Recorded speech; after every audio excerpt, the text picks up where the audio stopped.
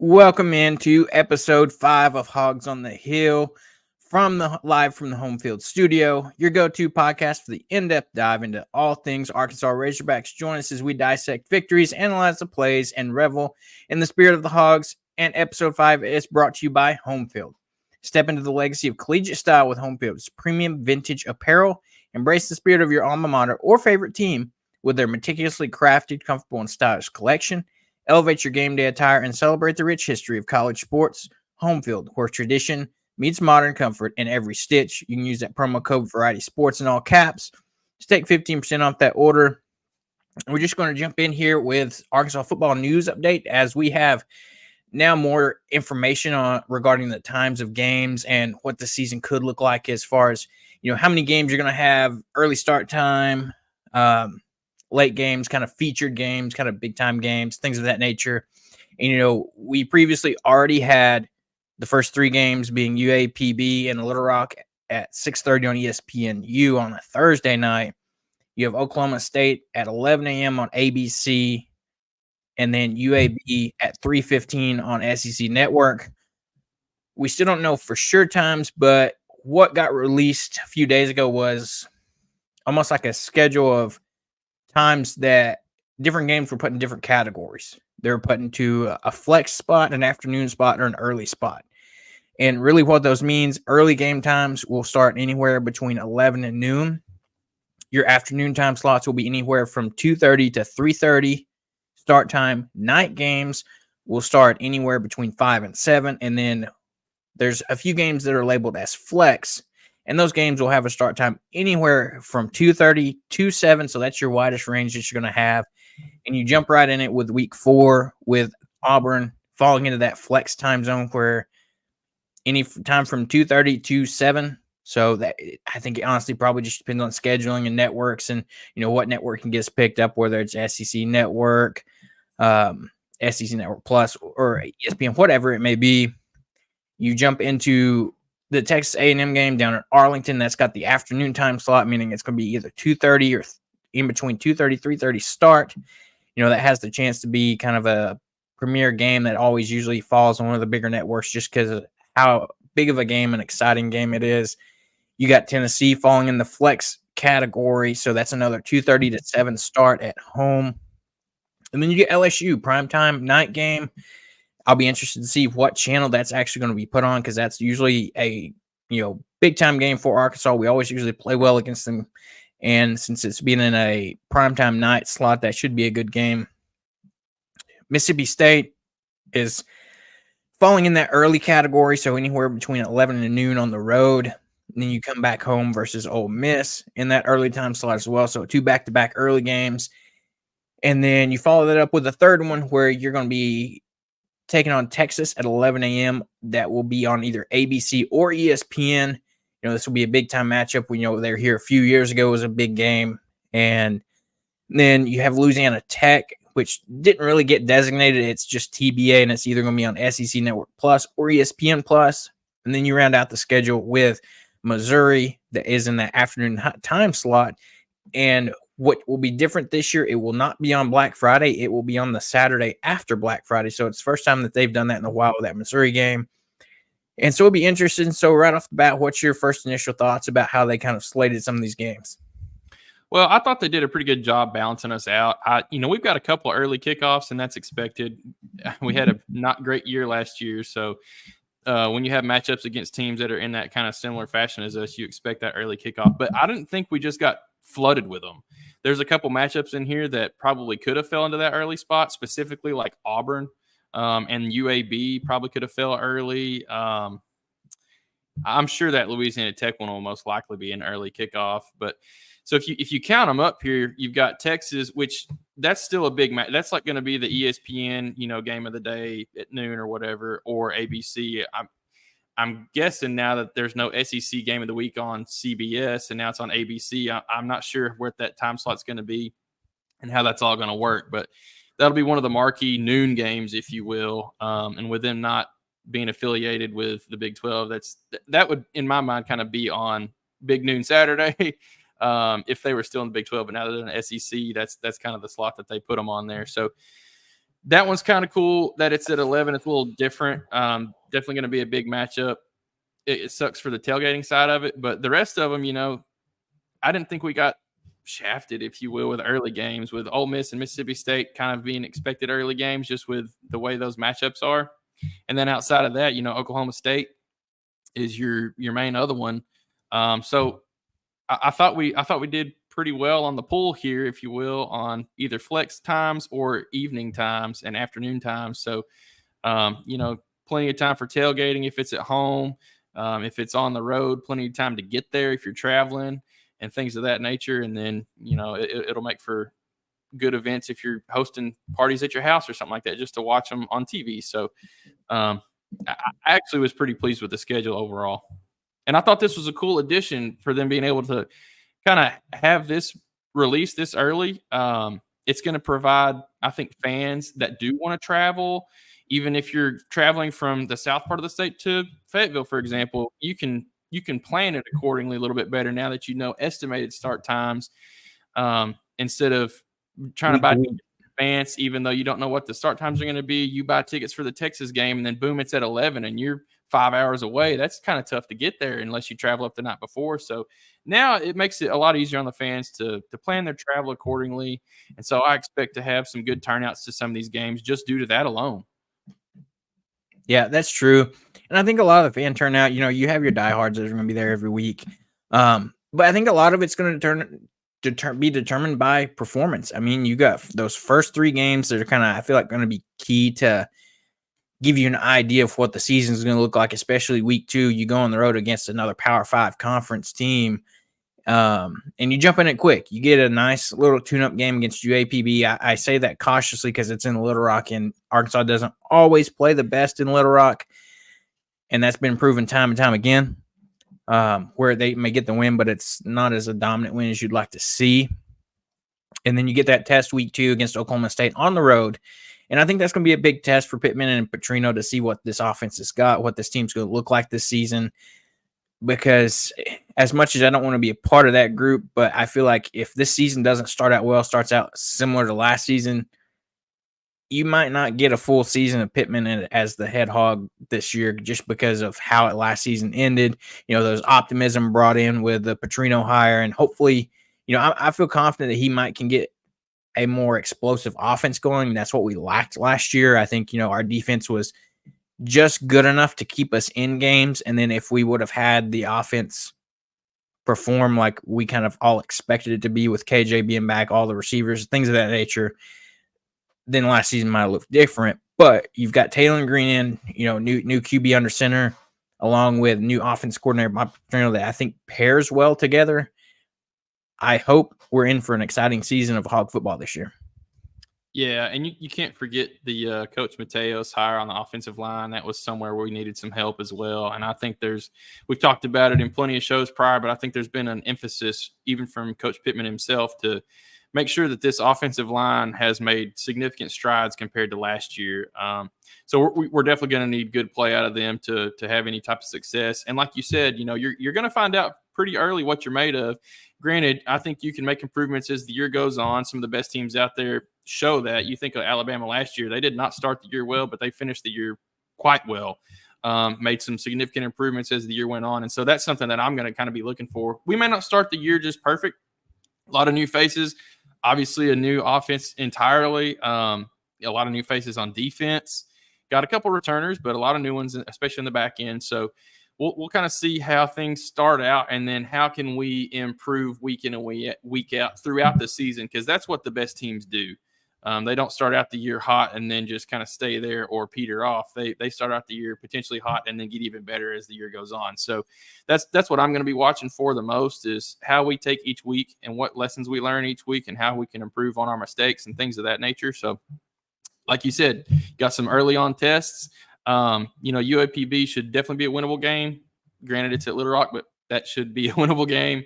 And then frankly, your next 2 games aren't gimmies at all. Oklahoma State's definitely not a gimme, and neither is UAB. UAB's historically had some decent teams here and there, and they've upset some teams in the past. So we'll have to watch out for them. And then once you get to that Auburn game, which is going to be in that flex spot, so either an afternoon or an evening time frame game, which is good. I thought that one might end up being an early game, so it'll be nice to have that one be a flex game. So that's when you'll really find out, week 5 before you go on the road to A&M. I think if you can, week 4, if you can get there and have all 4 of those games be wins, I think you set yourself up for potentially a really good season, especially if you're able to make significant improvements week in and week out, like those good teams do. Yeah, I think when you look at the schedule, I think you've got to go into this A&M game either 4-0 or 3-1. I think that's going to be tough if you're going into it 2-2 or 1-2, whatever it may be. I think that's going to add a lot more pressure if you're not going to that with a decent record, just like we talked about. But at the end of the day, got to keep the optimism alive, as tough as that is. And I'll be interested to see what this is going to look like. Keeping with Arkansas football news, Arkansas did get some good news today as they got a commitment flipped over from Baylor with offensive lineman target Cash Courtney. He flipped over to Arkansas from Baylor, and I figure that has a lot to do with Coach Mateos coming over from Baylor. He probably recruited him there. Once he made that move over to here, it was like, hey, follow me to Arkansas.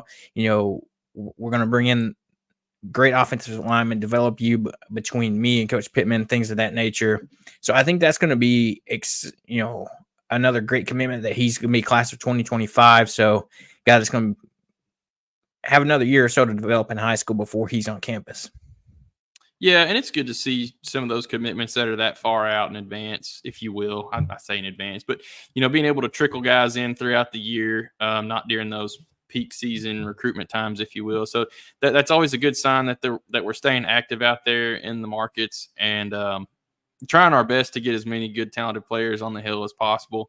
And I'm curious to see kind of how the rest of the year goes on in that department, especially if we're able to drum up more NIL money. I know there's, tons of rumors swirling all over the place on different donors and different people stepping up and adding additional packages, if you will. And then now that the universities, I'm not 100% sure on exactly how all this works, but there's supposed to be eventually ways that the universities can pay the players directly in an NIL format, but it's coming straight through the university, if you will. So I'm curious to see how much of an impact that has on recruiting, and are we able to step up our game even more and really compete with some of those upper echelon schools?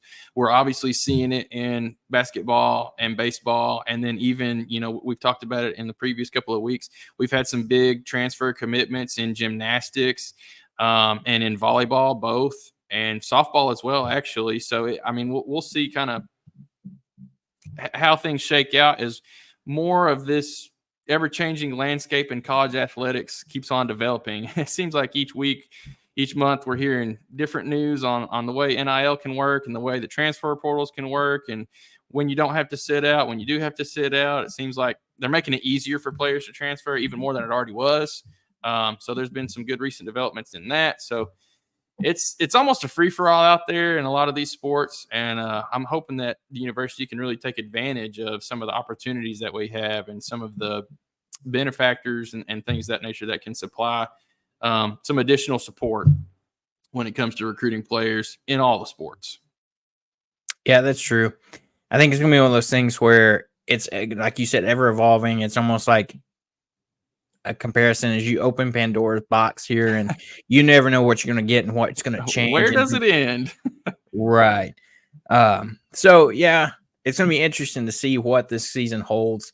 We'll have more news for you as far as football front once kind of summer practice gets kicked off in the fall. Around mid to late August, we'll start knowing some more about this team. Here in probably next month or so, we'll start our position group breaks down, similar like we did last year, talking about guys that, we expect to see a lot of playing time, guys that are going to be your depth guys and things of that nature, and what the depth chart's going to shake out to be. Most of that's going to be given in a lot of the categories, but there's some position groups that could be interesting to see the way the chips fall there. 100%. And then staying on some schedule news, Arkansas basketball got some schedule news this week as they found out who they will match up with in the ACC SEC Challenge this year. And that will be the Miami Hurricanes as they head down to Miami to play in that this year. Arkansas got the home game last year against Duke, getting the win there. So 1-0 in the ACC SEC Challenge going into year 2. And then for the women's team, they will be taking on Boston College at Bud Walton Arena in the SEC ACC Challenge there. And, they got the big win last year over Florida State on the road. So they got a big win last year. Hopefully they can follow it up with another good win this year against Boston College. And, those are 2 big matchups. I'll be interested to see what this, it's another good early test, big early test that is more than just kind of one of those quote unquote cupcake teams for this men's basketball team as they head to another Power 5 ACC opponent early in the season. Yeah, and Miami's historically decent. They've had some really good teams and some okay teams, but they're never bad. So that'll definitely be a true test early on, which is a good thing. And I think we're going to need a lot of those to really, have the competition level that we need to, I'm not going to say tune up, but understand where your lineup really shakes out, where your strengths and weaknesses are from each different player, and how you want to play them together. I think you're going to need to play some big time teams as much as possible to really learn that. Obviously, some of the tune-up games against some of the weaker non-conference opponents are great, but sometimes it can hide some of your weaknesses if you just completely outmatch somebody from a physicality standpoint and an athleticism standpoint. It can definitely hide some weaknesses from a overall, offensive prowess, scheming, plays, those types of things. And that's what you're going to want to know as soon as possible, how to make the corrections you need to as soon as possible. So I think this is a great opportunity for that. And then speaking of the women's team, I'm curious to see exactly what that roster is going to look like once we get to the season starts. So we've had quite a few transfers out of the program, if you will. So I think this is going to be a tough year for Mike Neighbors, and I think we're probably finally to the point where it is do or die. I hate to say make or break or do or die but I mean, man, almost unless we're just content to not have a women's basketball program that really does compete on the national scale, and maybe Hunter Yurachek wants to spend those dollars elsewhere, and I guess I understand that.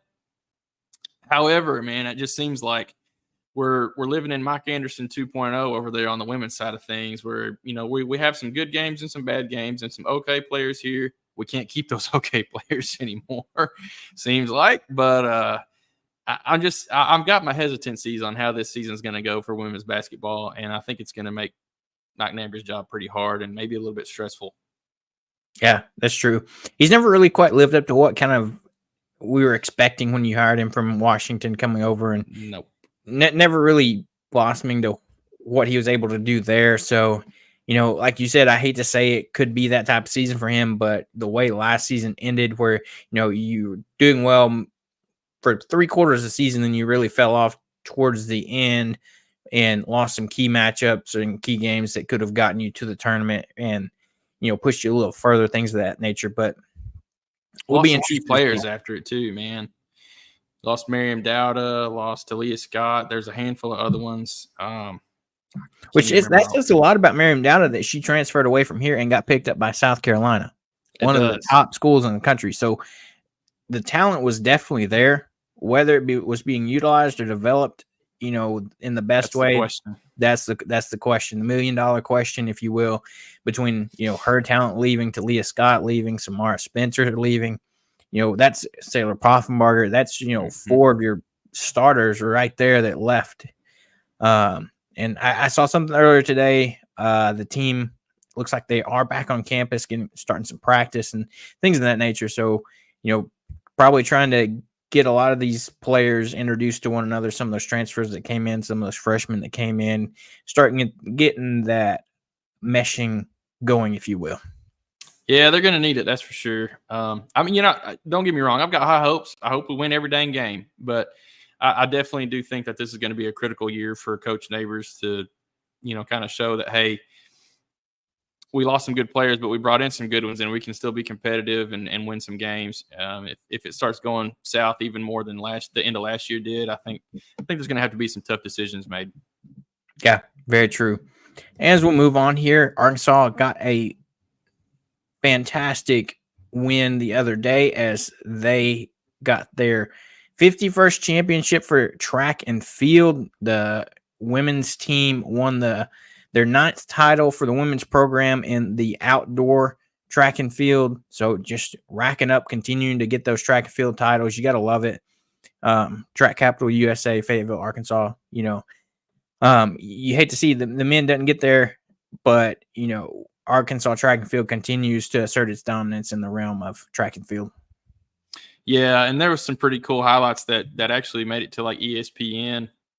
I don't know if they were like Sports Center plays, but there were some reviews of it, at least on national television, of some of the relays where we were setting collegiate records. I think it was the women's 4x100 meter that they set the collegiate record there. Yep, and that was one of the things that locked up the national title. And then there was some cool pictures that were shared around where I don't remember what race it was. I need to go back and see, but the top 4 places were Arkansas runners.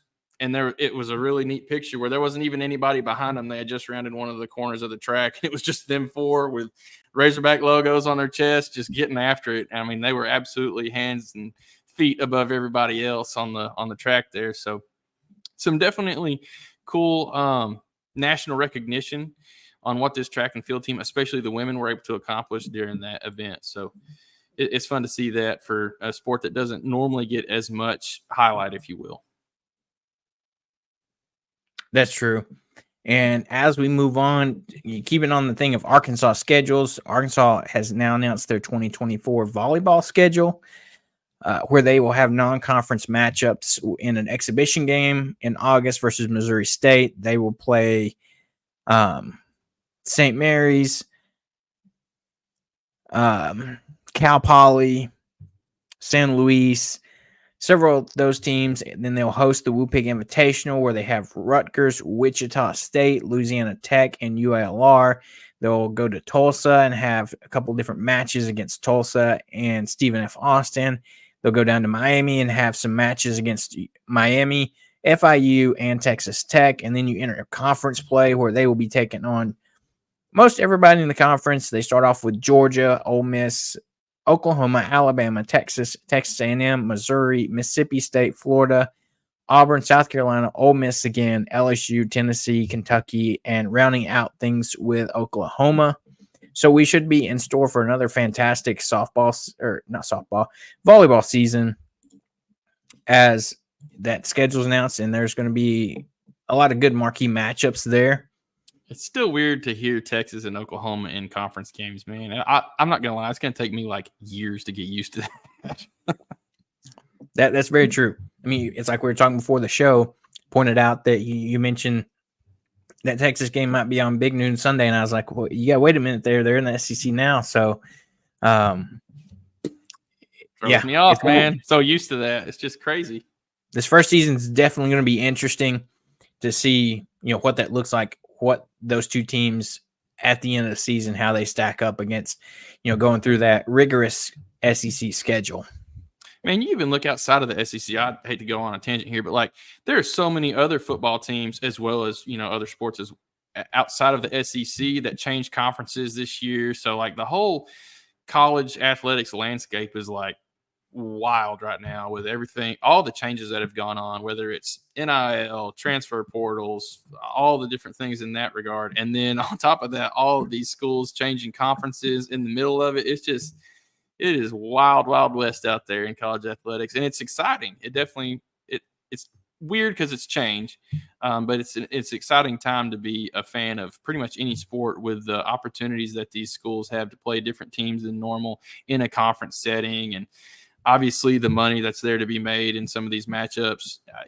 That's I hate to say it's reason number one why some of these schools were changing conferences, but it is. I mean, it had to do with financials. So that's a big part of why Texas and Oklahoma are in the SEC now. But it does good things for everyone.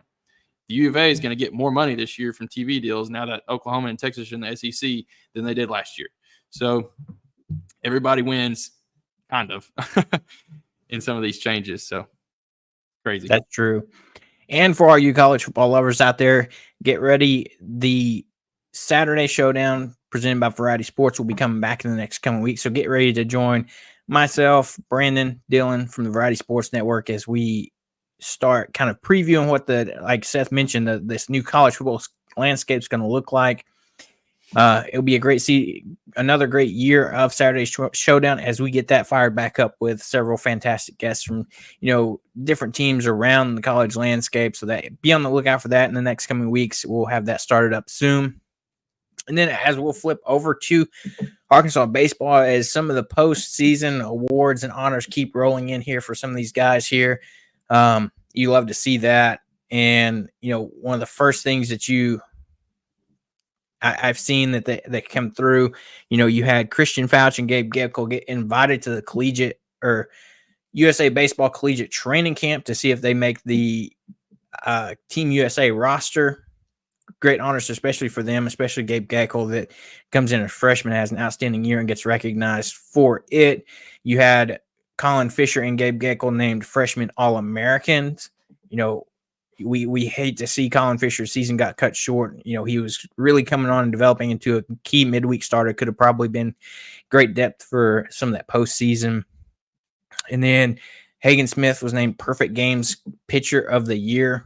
84 innings with 161 strikeouts and just 34 walks with a 144 batters average there, or .144 BAA.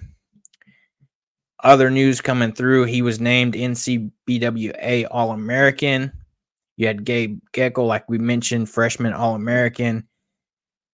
And then you had Christian Fouch named to the training camp roster for Team USA.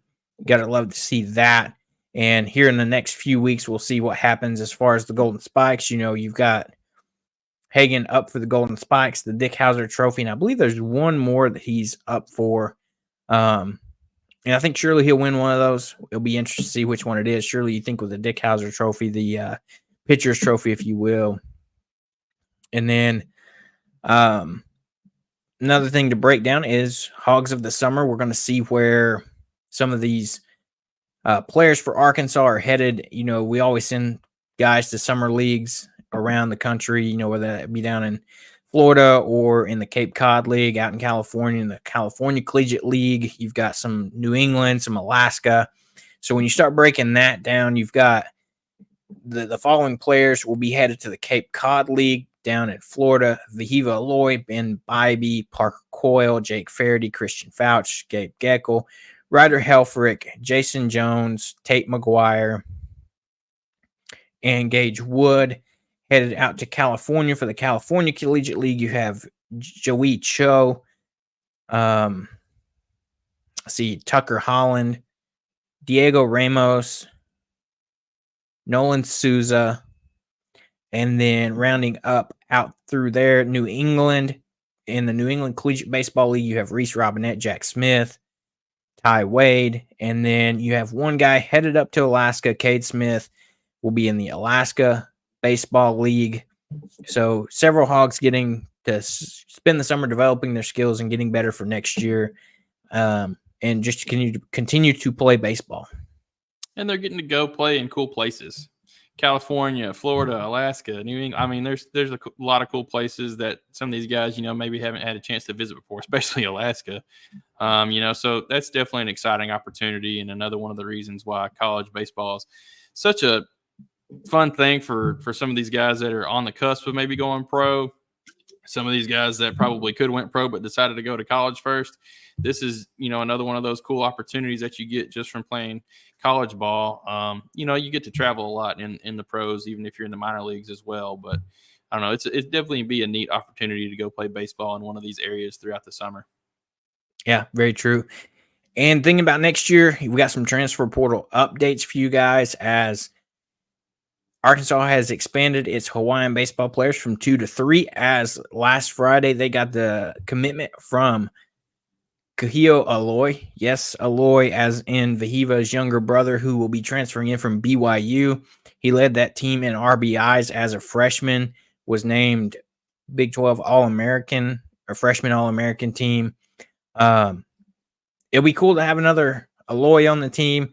Led the team in RBIs. Interested to see what he can do with some development over the summer, and where he might piece into this lineup next year. As he was mainly DH for them this year. I know he plays some, I think, first base I saw, and he also pitches some. So it'll be played interesting. Third base too. He might have. I think they used him in several different positions last year, kind of similar to how we did with Nolan Souza, sticking him in different positions to see what he can do. But it'll be interesting to see what he can bring to this team next year, playing alongside his older brother. Yeah, I think that'll be cool. Definitely be a neat dynamic. And I think there's a possibility to have 3 Hawaiians in your infield at any given time next year, especially if he is able to play third base at a competitive level, and win that job out or even if it's during midweeks or something. Because I would imagine as long as he's fully healthy and ready to roll, Nolan Souza will probably take the second base spot unless something crazy happens and we get somebody else in that's just better. I don't know. Obviously, you'll probably still have Aloy at short, Vahiva. I'm going to have to start calling them by their first names at a shortstop. And then you might have his brother, however you pronounce his name, at third potentially. So I don't know. It might be kind of cool to see 3 Hawaiian players as our main infielders outside of first base. That would definitely be a storyline. That's for sure. Yeah, that's true. It'll be a storyline even if he doesn't play at third, just having 3 Hawaiians on your team. So that's definitely going to be cool. Yeah, so true. Another guy to look out for that just had his visit over the weekend, early this week, was TCU transfer Logan Maxwell. He came in. He was TCU's second highest batting average at 335 as an outfielder. He had 12 doubles, 2 triples, 3 home runs, and 25 RBIs across 170 at-bats. So a key veteran outfielder that could come in and help the Hogs instantly next year is a guy that can hit the ball pretty well and, be out there and play well defensively in the outfield. Like we mentioned, you have the commitment of Kuhio Aloy, the brother of Vahiva. He finished the season. He did have those 39 RBIs. He was, like we said, mainly a DH. Some other guys, JUCO guys that we have landed commitments from. You've got Southwestern State outfielder Justin Thomas, New Mexico JUCO infielder Brent Airedale, Coffeyville Community College infielder Carson Schrack, Crowder Community College outfielder Colton Reynolds, and Seward County Community College infielder Trenton Rowan. So, it's going to be a competition for these spots next year. Nobody's just going to be given a spot, especially having to replace the entire infield with the exception of Vahiva that will be back, and then replacing the entire outfield for the most part. We've already kind of started at that, and we'll see how these guys compete against one another and see how they do defensively and how well they hit the ball. You heard Dave at the end of the season last year, we don't want just 8 guys and go up there and hit home runs. So, some of these guys, yeah, maybe they're not huge home run hitters, but if they can come out there and put the ball in play, get you some doubles, singles, things of that nature, you might see more of those type of guys in this lineup instead of, a lineup with just a ton of power hitters. Yeah, you definitely need both. I think it hurt us at times this year. You had guys that could hit, against the shift and things. I just think we got a little bit too pull happy at times, trying to hit that long ball. Sometimes it worked out for us and sometimes it didn't. But I think we need to have a little bit more balanced approach to where Dave is more comfortable calling, not just squeeze plays, because I'm not really condoning that a lot. Those are risky, but sometimes fun. But at least, trusting guys to bunt somebody around, that they're actually going to get the bunt down. They're not going to foul out on a bunt, which we saw that happen a couple of times from a couple different players. And so when you have that happening, you don't give your coach a lot of trust to be able to call up those small ball hit and run, bunt and run type scenarios. So I think that cost us a little this year. I'm not going to say it was the main reason we were losing games. There was, multifaceted issues, but I think it'll help if you have a little bit more speed on the base pass, kind of mix throughout that lineup, and then have guys that are, place hitters, can get up there. And if a shift is on, they can hit Oppo or whatever it needs to be. They can bunt Oppo if a shift's on and their third baseman's playing in the second base hole or something crazy, slap that thing down the third base line if you can. So we got to do a little bit better in those types of scenarios. And then you still have to have guys that can hit home runs. And obviously you're going to have that from Bahiva still. You'll have a handful of other guys. I think Reese Robinette redshirted this year, but he pinch hit a year ago a couple different times and had some big home runs. Definitely a power hitter. You might see him at first base some. Obviously there's going to be some competition for that spot. But there'll be some guys that, I've been waiting their turn on the bench that I think will be able to come in if they have made some, developments over this year and then over this offseason before next year starts. There's going to be some guys that are getting some playing time that were on this team this past year. You just didn't hear their name. So the competition level is going to be good. We always bring in good talent. So it's always a tough task at the beginning of the year to figure out who those starters need to be. And I think this year was a little bit tough, even midway through the year, figuring out who those starters needed to be. So I don't know. I've got high hopes for next year. I've got high hopes for baseball every year, though. This team's always got potential to be great. It's just how well do we, execute week in and week out and live up to that potential. Yeah, that's true. I mean, it's like Dave said a couple years ago about Peyton Holt. He said he's not my backup guy. He's a future starter. I mean, got a lot of those. Got a lot of those on this roster. It just depends on those guys that decide to stick around and not kind of transfer out and look for somewhere else to play. So it'd be interesting to see, like we said, does Reese Robinette get a chance to kind of showcase himself at first base? He's a first baseman. Kind of, we saw he's got the bat that he can do some damage, but then, what's he look like? And defensively, what kind of guys come in through the transfer portal that can kind of be impact guys that you can kind of, for the most part, pencil in, but still with Dave, if you're not going to come out and perform day in and day out, then, you can easily you can be the starter at the beginning of the season, and then it could be somebody else's completely different job by the end of the season. You saw that this year with kind of Peyton Holt taking over, that center field role towards that last quarter of the season or so, with just showcasing his bat and his defensive abilities. So you never know what you're going to get there. It'll be interesting to see how this lineup shakes out next year's. Dave's made very clear that he's going to want to change to kind of our approach at the plate and, the type of guys on the roster and in the lineup. He probably wants to see more of his outfielders in the middle of the lineup instead of your 7, 8, 9 guys. You want to see those as kind of your 4, 5, 6 or 5, 6, 7, those type of, lineups instead of here comes the bottom 3 of the order with all 3 of your outfielders. Well, and I think another thing you got to look at there is a guy like Ty Wilmsmeyer should have been leading off this year. With that kind of speed, you want him leading off, but he wasn't getting on base enough just from the batting standpoint. He got better at the end of the year, drawing his walks and being a little bit more patient at the plate, and then, being able to drop some bunts and have some base hits to get on base. He did quite well, in my opinion, there the latter part of the year. But early on, that, in my mind, should have been your leadoff guy, and he just never was. So that's someone, if you got some tremendous speed like that in the outfield, you need them to have the consistency at getting on base to where you can fully utilize them, and get them as many at bats as possible to get them on base as much as possible. So that's one thing I think we're going to need some improvement on as well, is having speed early in the lineup, like a Wilmsmeyer. Just can you get them on enough to make it worth it? Yeah. If I had to guess, I kind of think maybe Dave wanted him to be a, Yosenberger type of guy that we had a couple of seasons ago. Came in and locked up that. Another guy that was speedy, but also could get on base and lead off. Kind of, I'm sure that's kind of what he had in mind for Wilmsmeyer. But then, like you said, that really never came into fruition.